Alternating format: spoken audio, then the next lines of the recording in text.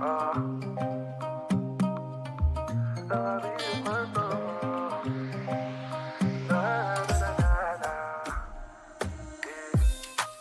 fait des pieds, des mains, père. J'ai l'impression que tu réponds pas. Je passe jour et nuit à prier pour entendre ta voix. Je sais, tu as formé des projets de paix pour moi. Tes promesses pour moi peuvent tarder, mais j'y crois encore une fois. Même si je ne vois pas, je poserai des actes de foi. Ça prendra sûrement du temps, mais je demeure toujours patient. Il n'y a pas de secret, je sais qu'en toi se cache ma promesse. Il n'y a pas de secret, je sais qu'en toi j'ai la vie. Tout ce que je fais, ça prend pas. Dis-moi, je suis Eric Bailly ou quoi? Les factures à Babi, ça ment pas. Je me retrouve coincé chaque fin du mois. Seigneur Jésus, je t'en supplie, soutiens ma foi. Hier soir c'était Gary, j'espère que c'est la dernière fois. Pour moi va sortir, ça va sortir. Forcément, ça va sortir. Pour moi va sortir, ça va sortir. Forcément, ça va sortir. Moi j'ai Jésus, ça va sortir. Forcément, ça va sortir. Ça va sortir. Forcément, ça va sortir.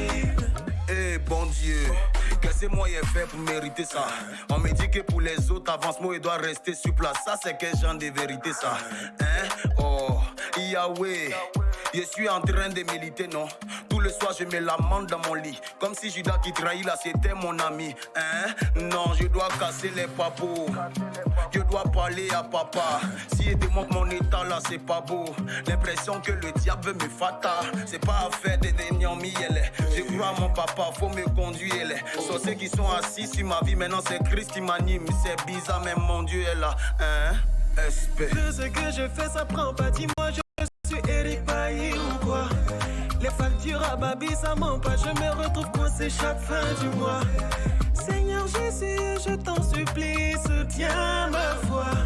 Hier soir c'était Gary, j'espère que c'est la dernière fois. Pour moi va sortir, ça va sortir. Forcément, ça va sortir. Pour moi va sortir, ça va sortir. Forcément, ça va sortir. Moi j'ai Jésus, ça va sortir. Forcément, ça va sortir. Ça va sortir. Forcément, ça va sortir.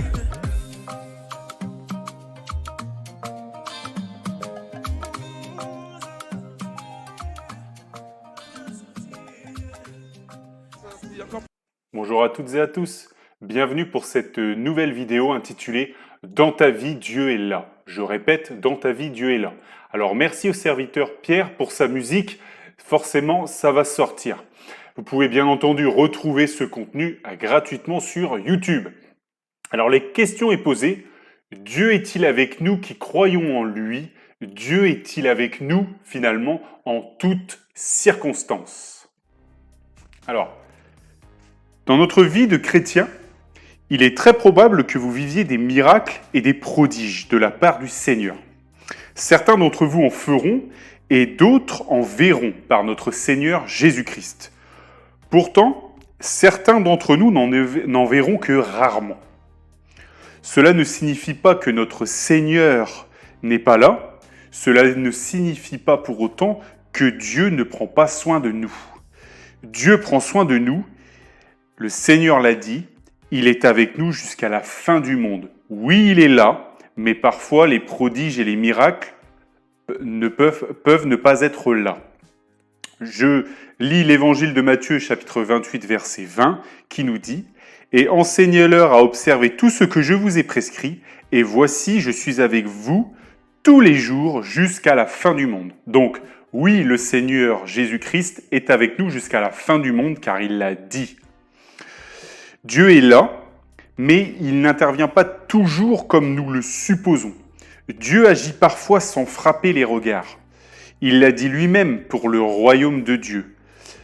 Un jour, le Seigneur Jésus a répondu aux pharisiens, dans l'évangile de Luc, chapitre 17, versets 20 à 21. Les pharisiens demandèrent à Jésus, « Quand viendrait le royaume de Dieu ?» Il leur répondit, « Le royaume de Dieu ne vient pas de manière à frapper les regards.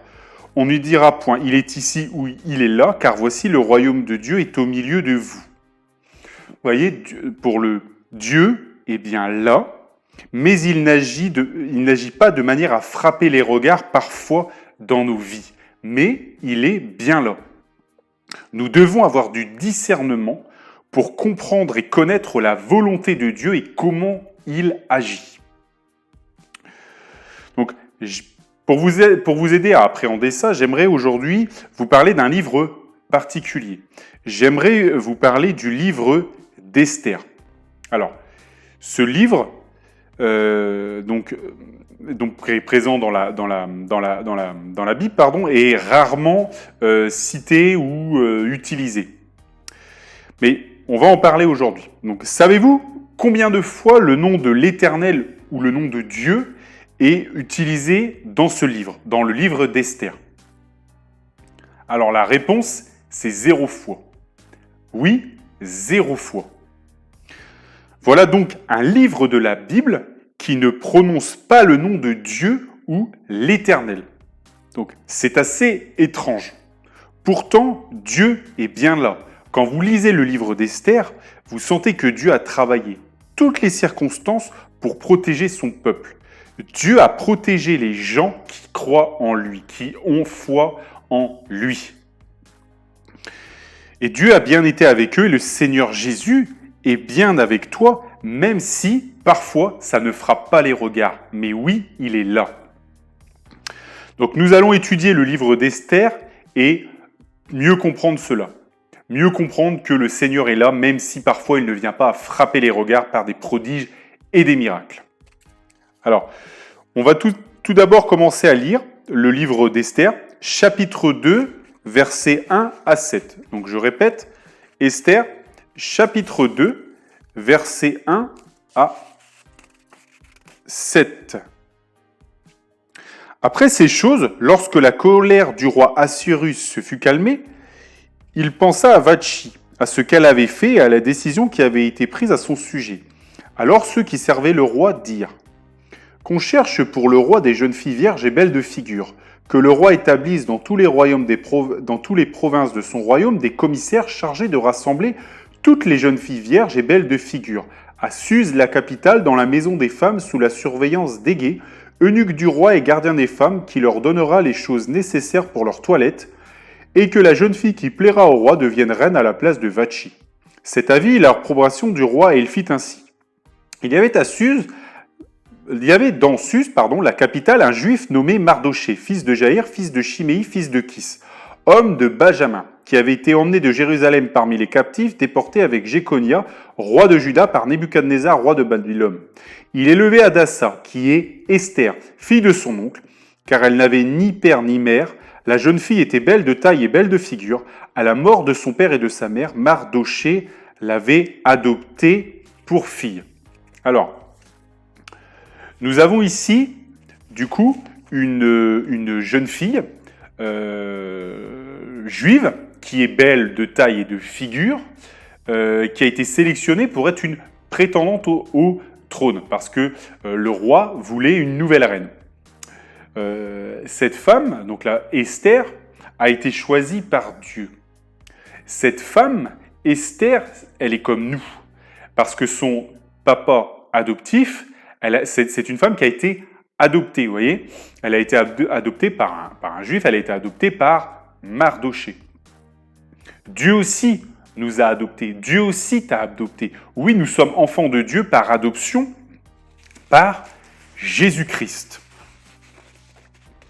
Vous voyez, l'Épître aux Romains, chapitre 8, verset 15, nous dit « Et vous n'avez point reçu un esprit de servitude pour être encore dans la crainte, mais vous avez reçu un esprit d'adoption par lequel nous crions « Abba, Père ». Donc on peut donc s'identifier comme Esther, oui, comme l'enfant adopté par la grâce de Dieu. Donc Esther, fille adoptive de Mardoché, est présentée comme une prétendante au trône pour devenir reine.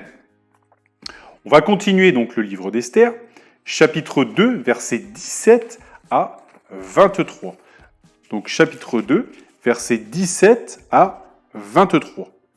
Le roi aima Esther plus que toutes les autres femmes, et elle obtint grâce et faveur devant lui plus que toutes les autres jeunes filles. Il mit la couronne royale sur sa tête et la fit reine à la place de Vachi. Le roi donna un grand festin à tous ses princes et à tous ses serviteurs, un festin en l'honneur d'Esther. Il accorda du repos aux provinces et fit des présents avec une libéralité royale. La seconde fois qu'on assembla les jeunes filles, Mardochée était assis à la porte du roi. Esther n'avait fait connaître ni sa naissance ni son peuple, car Mardochée le lui avait défendu. Et elle suivait fidèlement les ordres de Mardochée, aussi fidèlement qu'à l'époque où elle était sous sa tutelle. Dans ce même temps, comme Mardochée était assis à la porte du roi, Bigthan et Teresh, deux eunuques du roi, gardes du seuil, cédèrent à un mouvement d'irritation et voulurent porter la main sur le roi Assuérus. Mardochée eut connaissance de la chose et en informa la reine Esther, qui la redit au roi de la part de Mardochée. Le fait ayant été vérifié et trouvé exact, les deux eunuques furent pendus à un bois, et cela fut écrit dans le livre des Chroniques en présence du roi. Donc, après avoir été sélectionnée, après être devenue reine, il y a un complot qui vise à tuer le roi. Donc Mardochée en a connaissance, prévient la reine Esther, et donc du coup le plan est déjoué. Bon. Par contre, ce qui est étrange, effectivement, c'est que Mardochée n'a pas eu de récompense pour cela. Le roi ne l'a pas récompensé. Mais Dieu agit. Il prépare quelque chose de plus grand et tu vas comprendre avec la suite de l'histoire. Donc nous reprenons Esther, chapitre 3, versets 1 à 11. Esther, chapitre 3, versets 1 à 11. Après ces choses, le roi Assuérus fit monter au pouvoir Aman, fils d'Amadéga, l'Agagite. Il l'éleva en dignité et plaça sous son règne au-dessus, et plaça son siège, au-dessus de ceux de tous les chefs qui étaient auprès de lui. Tous les serviteurs du roi qui se tenaient à la porte du roi fléchissaient le genou et se prosternaient devant Aman, car tel était l'ordre du roi à son égard. Mais Mardochée ne fléchissait point le genou et ne se prosternait point. Et les serviteurs du roi qui se tenaient à la porte du roi dirent à Mardochée, « Pourquoi transgresses-tu l'ordre du roi ?» Comme ils le lui répétaient chaque jour et qu'il ne les écoutait pas, ils en informèrent Aman pour voir si Mardochée persisterait dans sa résolution. Car il leur avait dit qu'il était juif, et Aman vit que Mardochée ne fléchissait point le genou et ne se prosternait point. Devant lui, il fut rempli de fureur, mais il dédaigna de porter la main sur Mardochée seul, car on lui avait dit de quel peuple était Mardochée, et il voulut détruire le peuple de Mardochée, tous les juifs qui se trouvaient dans tout le royaume d'Assuérus. Au premier mois, qui est le mois de Nisan, la 12e année du roi Assuérus, on jeta le pur, c'est-à-dire le sort devant Aman pour chaque jour et pour chaque mois jusqu'au 12e mois qui est le mois d'Adar. Alors Aman dit au roi Assuérus, « Il y a dans toutes les provinces de ton royaume un peuple dispersé et à part parmi les peuples ayant des lois différentes de celles de tous les peuples et n'observant point les lois du roi. Il n'est pas dans l'intérêt du roi de le laisser en repos. Si le roi le trouve bon, qu'on écrive l'ordre de les faire périr, et je pèserai 10 000 talents d'argent entre les mains des fonctionnaires pour qu'on les porte dans le trésor du roi. » Le roi ôta son ado de la main et le remit à Aman, fils d'Ammédatha, l'Agagite, et ennemi des Juifs. Et le roi dit à Aman, « L'argent t'est donné, et ce peuple aussi, fais-en ce que tu en voudras. » Donc Mardochée, il suit la voie de l'Éternel. Il a refusé de se prosterner devant un homme, il a refusé de se prosterner devant Aman. Aman qui est le serviteur du roi et que le roi a élevé. Il refuse de fléchir le genou. Il refuse d'appliquer la loi du roi parce que sur les 10 commandements, effectivement, il est dit que tu n'auras pas d'autre Dieu que moi et de ne pas se prosterner devant quelqu'un d'autre. Donc Mardochée qui est juif suit les enseignements de Dieu, suit les lois de Dieu et refuse de se prosterner devant un homme. Alors, donc Aman va devant le roi et il sollicite que le roi tue non pas seulement Mardochée, mais tout le peuple juif. Et le roi dit « D'accord ». Donc, on va s'arrêter sur Aman.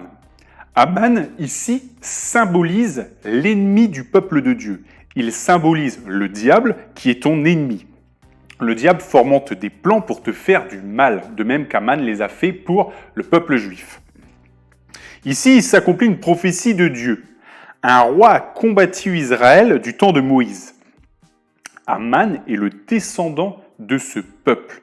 Dieu a dit dans le livre de l'Exode, chapitre 17, verset 16, il dit « Parce que la main a été élevée sur le trône de l'Éternel, il y aura guerre de l'Éternel contre Amalek de génération en génération. » Vous voyez, le Seigneur avait prévu que de toute façon, ses enfants seraient toujours en guerre contre le peuple juif. Et finalement, Aman n'est venu que remplir le rôle que le Seigneur lui avait donné des siècles auparavant. Oui, donc Dieu est là, même si tu ne le sais pas. Dieu a travaillé sur les circonstances, en sorte que même Aman, qui pensait peut-être être libre dans sa volonté d'agir et de détruire le peuple juif, il ne l'était pas, parce que le Seigneur avait prévu cela bien en amont. Donc, oui, Dieu est là, même si tu ne le sais pas. Donc, nous reprenons le livre d'Esther et nous allons lire le chapitre 4 en entier. Livre d'Esther, chapitre 4 en entier. Mardochée, ayant appris tout ce qui se passait, déchira ses vêtements, s'enveloppa d'un sac et se couvrit de cendres. Puis il alla au milieu de la ville en poussant avec force des cris amers et se rendit jusqu'à la porte du roi, dont l'entrée était interdite à toute personne revêtue d'un sac. Dans chaque province, partout où arrivait l'ordre du roi et son édit, il y eut une grande désolation parmi les Juifs. Ils jeûnaient, pleuraient, se lamentaient et beaucoup se couchaient sur le sac et sur la cendre. Oui, ils viennent d'apprendre que Aman va détruire le peuple juif, donc du coup ils sont vraiment dans la détresse. Les servantes d'Esther et ses eunuques vinrent lui annoncer cela et la reine fut très effrayée. Elle envoya des vêtements à Mardochée pour le couvrir et lui faire ôter son sac, mais il ne les accepta pas. Alors Esther appela Hathach, l'un des eunuques que le roi avait placé auprès d'elle, et elle le chargea d'aller demander à Mardochée ce qui s'était passé et pourquoi il agissait ainsi. Hathach se rendit vers Mardochée sur la place de la ville, devant la porte du roi, et Mardochée lui raconta tout ce qui lui était arrivé et lui indiqua la somme d'argent qu'Aman avait promis de livrer au trésor du roi en retour du massacre des Juifs. Il lui donna aussi une copie de l'édit publié dans Suse en vue de leur destruction, afin qu'il le montre à Esther et lui fasse tout connaître, et il ordonna qu'Esther se rende chez le roi pour lui demander grâce et l'implorer en faveur de son peuple. Hathach vint rapporter à Esther les paroles de Mardochée. Esther chargea Hathach d'aller dire à Mardochée « Tous les serviteurs du roi et le peuple des provinces du roi savent qu'il existe une loi prescrivant la peine de mort contre quiconque homme ou femme entre chez le roi dans la cour intérieure sans avoir été appelé. Celui-là seul a la vie sauve, à qui le roi tend le sceptre d'or, et moi je n'ai point été appelé auprès du roi depuis 30 jours. » Lorsque les paroles d'Esther eurent été rapportées à Mardochée, Mardochée fit répondre à Esther « Ne t'imagine pas que tu échapperas seul d'entre tous les Juifs parce que tu es dans la maison du roi. Car si tu te tais maintenant, le secours et la délivrance surgiront d'autre part pour les Juifs, et toi et la maison de ton père vous périrez. Et qui sait si ce n'est pas pour un temps comme celui-ci que tu es parvenu à la royauté. » Esther envoya dire à Mardochée « Va, rassemble tous les Juifs qui se trouvent dans Suse, et jeûnez pour moi, sans manger ni boire, pendant 3 jours, ni la nuit, ni les jours. Moi aussi, je jeûnerai de même avec mes servantes, puis j'entrerai chez le roi, malgré la loi, et si je dois périr, je périrai. » Mardochée s'en alla et fit tout ce qu'Esther lui avait ordonné. Donc, Mardochée met en garde Esther. Met en garde Esther sur le fait que Aman va détruire le peuple juif et qu'elle va aussi être détruite parce qu'elle est juive. Et Esther, après avoir hésité, va finir par se présenter devant le roi au péril de sa vie. Parce que ceux qui allaient devant le roi sans être invités risquaient de mourir si le roi ne voulait pas les recevoir. Donc Esther, vous voyez, Mardochée utilise des mots qui sont très intéressants. Il dit « Et qui sait si ce n'est pas pour un temps comme celui-ci que tu es parvenu à la royauté ?» Alors si bien sûr, Dieu a préparé, a fait sélectionner Esther pour être reine, pour qu'elle vienne ici remplir un rôle. Oui, encore une fois, ça ne vient pas encore frapper les regards, mais Dieu, il est le maître des temps et circonstances, et il a travaillé ces circonstances. Et notre Dieu est bien là, et il agit comme cela aussi dans nos vies. Il agit aussi, bien entendu, par des prodiges et des miracles, mais parfois il vient, encore une fois, de manière à ne pas frapper les regards. Et donc, Dieu est là. Donc vraiment, même si les circonstances sont difficiles pour Esther, il faut se battre et il faut s'en remettre à lui. Et c'est bien ce qu'a fait Esther, parce qu'Esther, après un moment d'hésitation, elle a jeûné, elle a prié et elle a dit « Oui, j'irai devant le roi ». Alors elle a jeûné qui? Bien entendu, elle a jeûné pour le Seigneur. Elle a prié qui? Bien entendu, elle a prié notre Dieu, elle a prié le Seigneur, notre délivrance, notre Dieu bien sûr. Et bien entendu, elle s'en est remise à lui. Voilà, elle lui a fait confiance. Elle s'est appuyée sur lui. Maintenant, Dieu a mis le décor. Vous voyez, il a vraiment mis tout le décor, y compris Aman qui est l'ennemi des Juifs depuis très longtemps. En tout cas, c'est son peuple. Maintenant, vraiment que Dieu a travaillé les circonstances, maintenant que Dieu a mis en place ses enfants et que ses enfants l'ont prié et ont jeûné par la foi, de même que nous avons foi en notre Seigneur Jésus-Christ, en Dieu, maintenant Dieu va apporter la délivrance. Cette délivrance, elle est inattendue et elle est surtout implacable. Quand Dieu agit, il agit et c'est implacable. Personne, je dis bien, personne ne peut résister à notre Dieu. Donc notre Seigneur, il va prendre position dans la vie d'Esther et le sort d'Aman en sera jeté. Donc, j'aimerais vous dire, juste avant donc le dernier passage et la délivrance, que Aman, dans sa haine contre Mardochée, avait élevé un bois pour y pendre Mardochée. Le bois symbolise ici la haine du diable contre notre Seigneur et sa grâce à la croix, bien entendu, par notre Seigneur Jésus-Christ. Il symbolise notre Seigneur Jésus qui a porté mes péchés, nos péchés à la croix et qui est vainqueur sur le mal. C'est ici qu'est le Seigneur. Vraiment, que Dieu soit béni pour cette grâce, pour ce sacrifice, pour cet amour. Vraiment, gloire à Dieu. Alléluia. On en revient au livre d'Esther. Donc vraiment, Dieu va humilier Aman et sauver les Juifs. Donc Esther chapitre 6, versets 1 à 3. Cette nuit-là, le roi ne put pas dormir. Et il se fit apporter le livre des Annales, les chroniques. On les lut devant le roi. Et l'on trouva écrit ce que Mardochée avait révélé au sujet de Bigtan, de Téresh, les deux eunuques du roi, gardes du seuil, qui avaient voulu porter la main sur le roi Assyrus. Le roi dit « Quelle marque de distinction et d'honneur Mardochée a-t-il reçu pour cela ?» « Il n'a rien reçu, répondirent ceux qui servaient le roi. » Donc vous voyez, ici, le roi se réveille et il va chercher un livre, il demande qu'on le lise et il tombe sur le passage où Mardochée n'a pas été récompensé pour lui avoir sauvé la vie.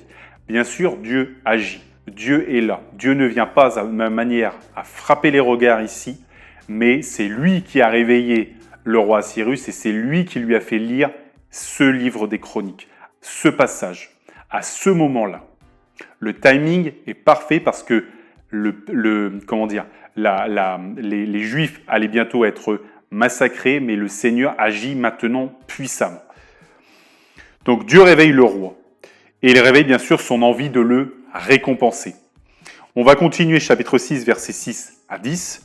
Aman entra et le roi lui dit « Que faut-il faire pour un homme que le roi veut honorer ?» Aman se dit en lui-même « Quel autre que moi le roi voudrait-il honorer ?» Et Aman répondit au roi « Pour un homme que le roi veut honorer, il faut prendre le vêtement royal dont le roi se couvre et le cheval que le roi monte et sur la tête duquel se pose une couronne royale. Remettre le vêtement et le cheval à l'un des principaux chefs du roi, puis revêtir l'homme que le roi veut honorer, le promener à cheval à travers la place de la ville et crier devant lui. C'est ainsi que l'on fait à l'homme que le roi veut honorer. » Le roi dit à Aman « Prends tout de suite le vêtement et le cheval comme tu l'as dit et fais ainsi pour Mardochée le juif qui est assis à la porte du roi. Ne néglige rien de tout ce que tu as mentionné. » Donc voilà Aman qui pensait qu'on allait glorifier lui, mais non, il doit tenir le cheval de Mardochée et il doit faire le tour de la place et il doit honorer Mardochée. Il doit lui remettre le vêtement royal. Vous imaginez l'humiliation de Aman. Donc, et c'est pas fini. C'est-à-dire qu'une fois qu'il revient finalement, après avoir glorifié Aman, une fois qu'Aman a glorifié Mardochée, il revient et il a à peine le temps de retourner dans sa maison qu'il doit aller à un repas qu'a organisé la reine Esther. Et elle a invité Aman et le roi Assyrus. Donc nous allons lire le chapitre 7. Esther, chapitre 7. Le roi et Haman allèrent au festin chez la reine Esther. Ce second jour, le roi dit encore à Esther, pendant qu'on buvait le vin, « Quelle est ta demande, reine Esther? Elle te sera accordée. Que désires-tu? Quand ce serait la moitié du royaume, tu l'obtiendras. » La reine Esther répondit, « Si j'ai trouvé grâce à tes yeux, ô roi, et si le roi le trouve bon, accorde-moi la vie, voilà me demande, et sauve mon peuple, voilà mon désir. Car nous sommes vendus, moi et mon peuple, pour être détruits, égorgés, massacrés. Encore si nous étions vendus pour devenir serviteurs et servantes, je me tairais, mais l'ennemi ne saurait compenser le dommage fait au roi. » Le roi Assyrus prit la parole et dit à la reine Esther, « Qui est-il et où est-il celui qui se propose d'agir ainsi ?» Esther répondit, « L'oppresseur, l'ennemi, c'est Haman, ce méchant-là. » Haman fut saisi de terreur en présence du roi et de la reine, et le roi, dans sa colère, se leva et quitta le festin pour aller dans le jardin du palais. Haman resta pour demander grâce de la vie à la reine Esther, car il voyait bien que sa perte était arrêtée dans l'esprit du roi. Lorsque le roi revint du jardin du palais dans la salle du festin, il vit Haman qui s'était précipité vers le lit sur lequel était Esther. Et il dit, « Serait-ce encore pour faire violence à la reine, chez moi, dans le palais ?» Dès que cette parole fut sortie de la bouche du roi, on voila le visage d'Haman, et Harbona, l'un des eunuques, dit en présence du roi, « Voici le bois préparé pour Haman, pour Mardochée, qui a parlé pour le bien du roi et dressé dans la maison d'Haman à une hauteur de 50 coudées. » Le roi dit qu'on y pende Haman, et l'on y pendit Haman au bois qu'il avait préparé pour Mardochée, et la colère du roi s'apaisa. Donc vous voyez, celui qui voulait y pendre Mardochée a été finalement lui-même pendu au bois suite aux révélations de la reine Esther et suite au fait que la reine Esther a dit au roi, c'est Haman qui veut me tuer et tuer le peuple. Vous voyez, le Seigneur agit, le Seigneur est là, le timing est parfait. Le moment est parfait. Même le bois était dressé pour l'ennemi. Tout était là. Donc, Dieu vraiment délivre son peuple. Et Esther, bien sûr, trouve grâce aux yeux du roi. Par la suite, Mardochée est élevé en dignité et il devint second du roi, finalement, à la place d'Haman. Oui, Dieu est là. Dieu agit toujours. Et bien que dans ce livre, il n'est ni mentionné le nom de l'Éternel, ni mentionné le nom de Dieu, on voit bien que, bien sûr, Dieu travaille les temps, travaille les moments, travaille les circonstances, bénit ses enfants, bénit la reine Esther et bénit ceux qui ont foi en lui, qui ont foi en Dieu et en Jésus-Christ. Mon frère, ma sœur, fais comme Esther, garde la foi en Dieu, garde la foi, bien sûr, en Jésus-Christ et il interviendra. Il te sauvera. Dieu, vraiment, est le maître des temps et des circonstances. Il agit dans nos vies et parfois cela ne nous dépasse finalement complètement. Mais il est là, même s'il ne vient pas de manière à frapper les regards. Le Seigneur Jésus l'a dit, je suis avec vous jusque la fin du monde. Et Dieu, dans ta vie, va agir. Il y aura des prodiges, il y aura des miracles. Et parfois, Dieu agira de manière à ne pas frapper les regards. Mais il agira et il sera toujours là. Donc oui, ne perds pas espoir, Dieu est là. Je vous invite vraiment à relire le livre d'Esther qui vous démontre comment Dieu agit de manière ordinaire à travers l'extraordinaire. Que Dieu vous bénisse dans le nom de Jésus et que toute la gloire lui revienne.